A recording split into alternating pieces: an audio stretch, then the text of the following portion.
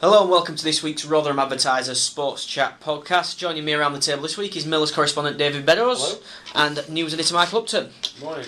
Gentlemen, good morning. We're here to discuss Rotherham United. Their previous game against Cardiff on Saturday ended in a 2-2 draw. Dave, Rotherham good value for that point? I think it were a familiar tale when you watch Rotherham away from home. They're very well drilled, often play with five across the middle. They all know the jobs. They're very disciplined. Sometimes it works and it's often not worked. They've been pipped in games and lost away, but this time, they snicked a point. And I think, on the whole, they were probably worth that point. I think if you looked at it, a boxing match, probably Cardiff might have shaded it because they had that bit more pressure. And it's a good point as well, isn't it? I mean, a lot of Rotherham fans would have took that before the game. Cardiff pushing for promotion, obviously. Well, this is it. I mean, they've a lot of talent, haven't they? Craig Neal's one of the best wide men in the division. The lad Pilkington scored 3 times, didn't he? Once in the Rotherham net. So there's plenty of poke up front, and they are an handful. I don't think they've lost in 9 was it at home. So to go there and come away with a point weren't bad at all. Michael, it's what Rotherham need, isn't it, to be picking up these points away from home against teams who maybe they haven't got down to get anything from. What a difference from a year ago, eh? Scoring 2 away from home, admittedly with a bit of a helping hand. Going away, it's a very long journey. Going away and getting a point like that. There haven't been many draws this season. There have been many occasions where we'd have killed for a point here and there. Keeps just above the relegation zone as well. That's all it's going to take. Well, that's right. Squeaky bum time come the end of the season, but finish above that red line and you're doing your job. That's right, Dave. 1 point above the relegation zone now. It's better than being above it on goal difference, isn't it? It's another point that our old friend Steve Ennis did us a favour as well, beating Bristol. So they're edged out in a tight game. We take a point from a tight game. That's what it's all about. Just to talk about a couple of debutants in Cardiff. Wide man Chris Burke signed on loan from Nottingham Forest. He started the game.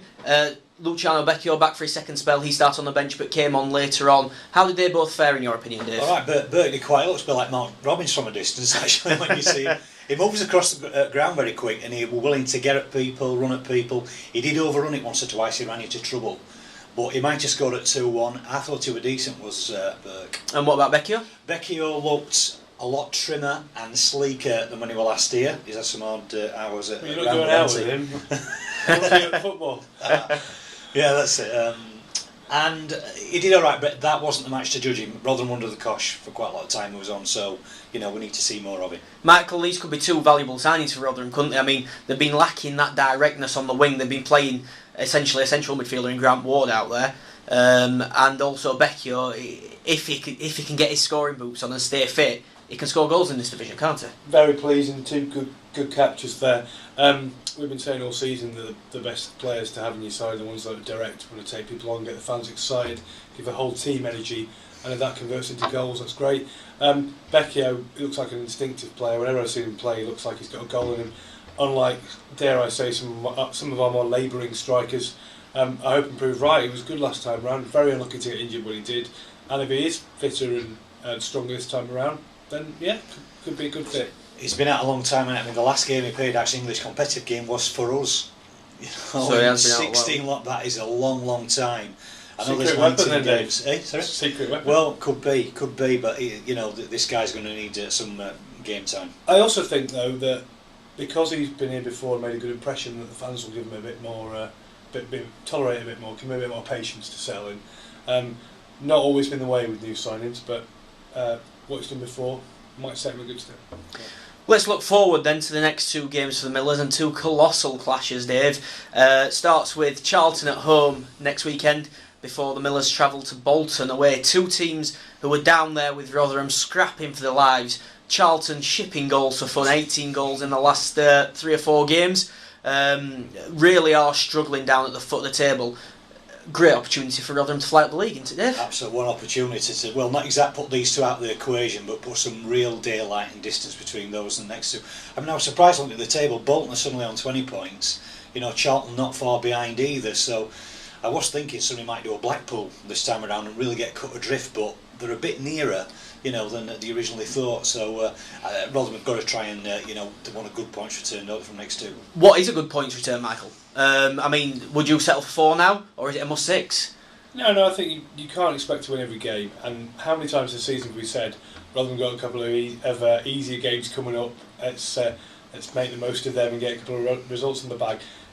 it's the old cliche. You hate it when people say it, but you have to take them one at a time. And a win in the first game will give them a much needed impetus for the second. Both of them have got defensive weaknesses. These two.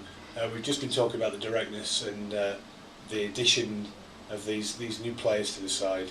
They haven't got any baggage either, Burke or Becchio. So I think the first goal in each game could be very important. Let's just have it wouldn't be January without a quick word of the transfer window, would it? Quick look forward for Rotherham. There was rumours last week that Andrew Shinnie was very close to joining on loan from Birmingham.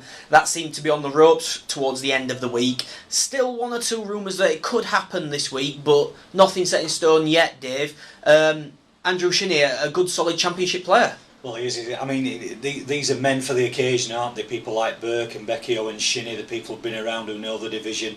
They're very much players to get us through this next few months, so it would be a decent acquisition. You're thinking now that maybe the bulk of the transfer business has been done in January, maybe one, possibly two more, so we're nearly there, aren't we? And his nickname is Shinnie Esther, so that should be good at the New York, shouldn't it? Yeah. Possibly some outgoings as well. I mean, Chris Maguire's still on the payroll.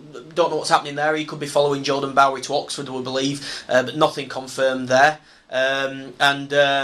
Also, Emmanuel Ledesma, not seen much first team action recently. Got back in the squad a while back, but seems to have dropped back out again now. He could also be on his way out, Dave. This could affect it now between now and the end of the month, couldn't it? I mean, apparently the Oxford manager fancies Maguire. He's liked what he's done down there. He's done well to push it for promotion, so he could well go back there. Who knows? And Ledesma, he came on and made a couple of decent substitute appearances, but he's drifted out of the picture again, hasn't he? So again, that gives him room for manoeuvre if these players are moved out. Michael, if Rotherham were to keep their squad that they've got now, the players, the exact what they've got now, is it good enough? Is it strong enough? Well, the last few weeks have suggested it might be. I mean, the Rangers game apart, there's been solid displays and a lot more going forward. You rather stole my thunder with Jordan Bowery. I was going to say he looked handy, maybe we should sign him up. But given that Jonathan Veal, the PA reporter, told us that he costs £41,000 a goal, perhaps that's one to write off to experience another Steve Evans classic that we'll all be scratching our heads about for some time to come. Sign a striker who never scored a senior goal for Aston Villa. Seemed like a bad idea to me. A record signing. He's got a new lease of life now, so good luck to him, and let's look to Rotherham's future. Brilliant, gentlemen. I'll thank you very much for your time and point you towards the Rotherham Advertiser that comes out on Friday. All the Millers news from last weekend's game, as well as a preview piece looking forward to that very, very important Charlton game at the New York Stadium next Saturday. Make sure you sign up for the match if you haven't done yet. It's free and it'll be in your inbox every Monday. But apart from that, we'll say thank you for listening. Thank you.